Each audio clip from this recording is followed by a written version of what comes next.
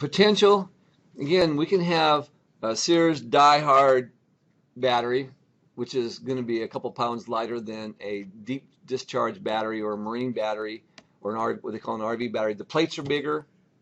There's more chemicals in there so that you can, for the process, but still, for every time we have a balance of plates, like, Alexandro will put lemon juice and zinc and copper and some paper in between those, and he created the first battery.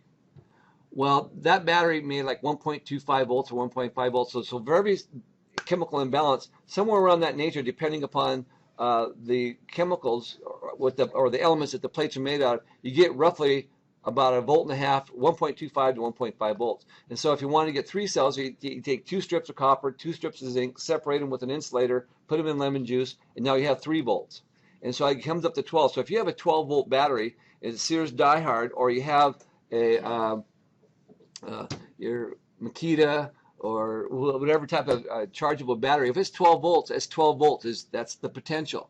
So if you want to have more amp hours, or the ability to put out that much current, that's why the Sears die-hard, the plates are bigger, it weighs more, there's more chemicals to eat the metal or reverse the chemical process, and so it gives you more amp hours. And so when they talk about the potential, the plates give you the voltage. The size of the plates and the amount of chemicals in there give you the amp hours, or the ability of the battery to last longer. You take a D-cell battery, and a little battery like runs my this watch. This is a hearing aid battery. It's not much bigger than probably smaller than my fingernail, or baby fingernail here.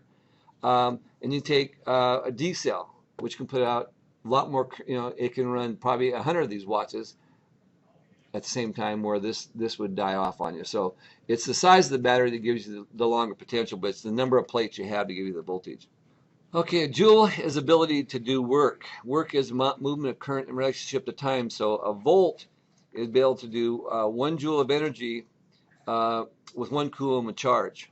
And again, a joule is a term that's going to pop up every once in a while. It's a basic foundation. It just pops up every once in a while. We'll make reference to that. So here we have a difference of charges. The difference, if this is 1 coulomb of electrons, we have 3 coulombs of charge here. The difference is 2 coulombs of difference. Here's a 0 charge on this one, a neutral charge, and here's a +2. There's still 2 coulombs of potential difference. And here we have a -1 and a +1. There's 2 coulombs of difference. So potential is the same on each one of these, even though the charges are different. The charge difference between the plates, if you rub your hair on one balloon and you rub another balloon over here, they're both negatively charged, but the difference could be you might have a little electrons move over from one because the first one wore through your cream softener for your hair, and the other one the layers already wore down, so you got more charge or something. So yes, you can have identical charges, but the difference will be the coulomb difference of potential.